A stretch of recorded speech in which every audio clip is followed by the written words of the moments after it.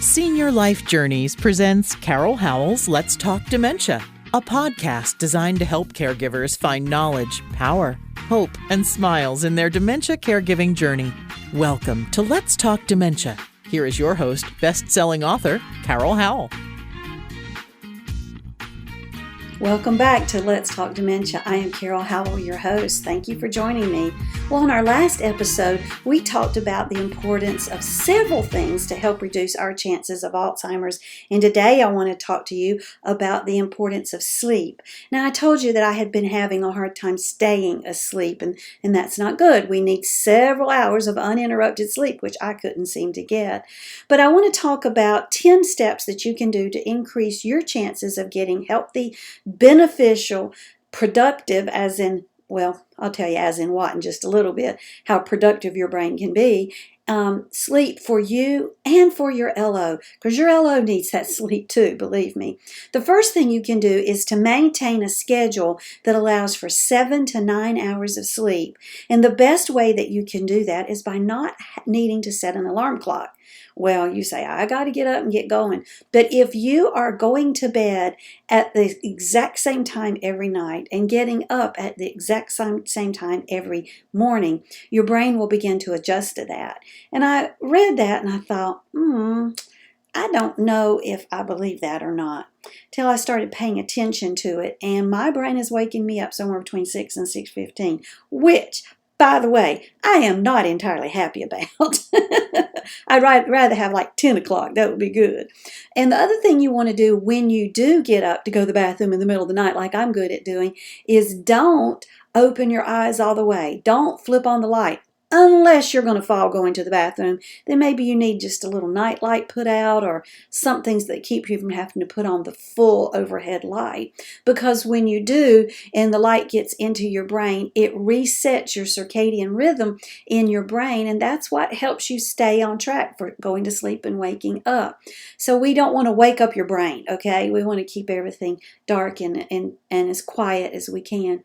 You want to stop caffeine by 2 o'clock. Now, I haven't had caffeine in like forever and 36 days, so that's not an issue for me. But you need to remember that if caffeine, the half-life of caffeine is about 6 to 8 hours. So if you have caffeine at 2 o'clock in the afternoon and the half-life of it is 8 o'clock, then by 10 o'clock, half of the effect of that caffeine is still in your body, and it might be keeping you from going to sleep. So think about that when you are discerning when you should stop having Pepsi Cola, which, P.S., no offense to Pepsi, but you don't need to be having it at all. It's so bad for your body. So keep that in mind.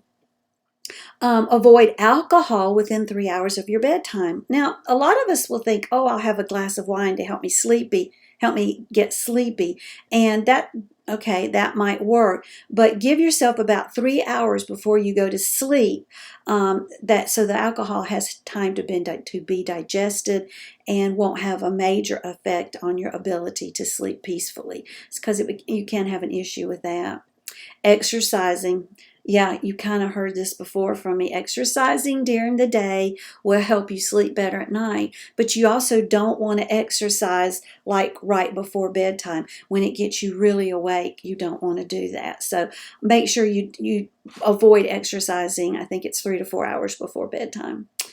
Get sunlight in the morning. So my husband and I, we get up while it's still dark with this daggone time change. I don't know why we changed the time, fall forward.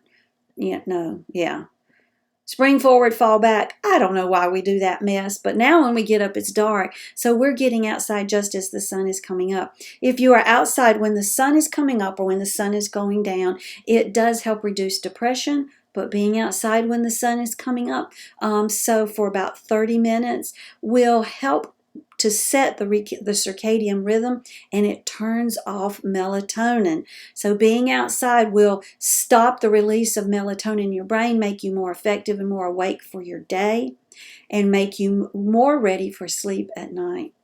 Keeping your room cool between 65 and 75 degrees is important. I've had the heck of a time getting my husband to go with that one. Every night I'm like, did you turn the air down? Did you turn the air down? I told you I'm menopausal, I get hot. I don't like to sweat. Avoid blue light at nighttime. What is blue light? Well, that's your television, your screens, your phone, your iPad, whatever it is that you're looking at all those darn hours. Avoid that. At least right before bedtime. Give yourself an hour or so without that. I have a little thing that pops up on my phone that tells me how many hours a week I spent on my phone. It's distressing. I was up 20-something% this past week. What did I do on my phone? I don't know.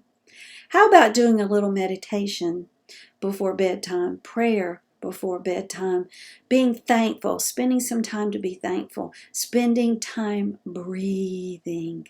Remember that 5-5-10-5 that I talked about? 5 breaths in, hold it 5 seconds, count to 10 to let it out, hold it for 5 seconds. I said it wrong to begin with. It's not 5 breaths in. It's 1 breath in that you hold for 5 seconds.